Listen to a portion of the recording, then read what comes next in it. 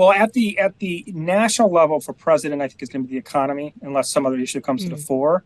I think the down ballot races and the state races and more local races, the abortion issue is going to be important in deciding outcomes. So I do agree there. The other point I wanted to make, and you made this point at the beginning about the border, the number one issue among Republicans today is immigration.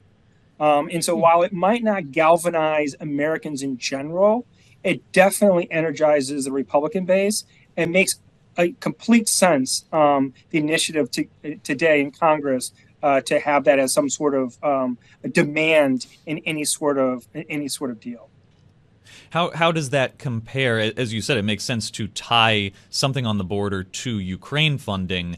What do we know about the enthusiasm of skeptics or opponents of Ukraine aid? We talked to Governor Gilmore about where exactly the Republican Party comes down on Ukraine aid. It's a bit of a complicated answer, but I mean, is that enough to win people over, or are Republicans really moving away from foreign aid to Ukraine?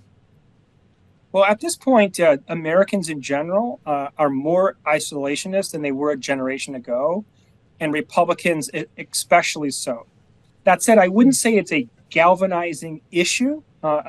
Immigration, in my mind, for Republicans, is key, but definitely on the margins. It is.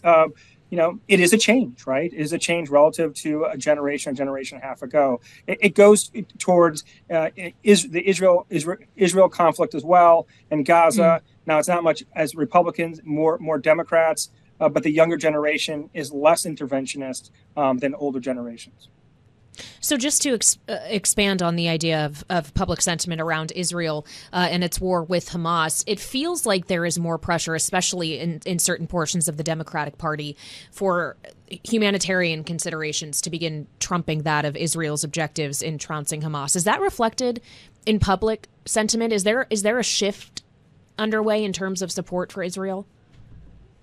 Yeah. So in general, just Americans in general, there's about 87% of Americans are in favor of humanitarian aid and relief. So that's not something that varies that much from party to party. I would say there is a pro-Palestinian or maybe more of an agnostic bent in the Democratic Party today, and that's especially among younger voters. The younger generation has less, I would say, linkage, less relationship with the issues in the Middle East compared to a generation or two ago.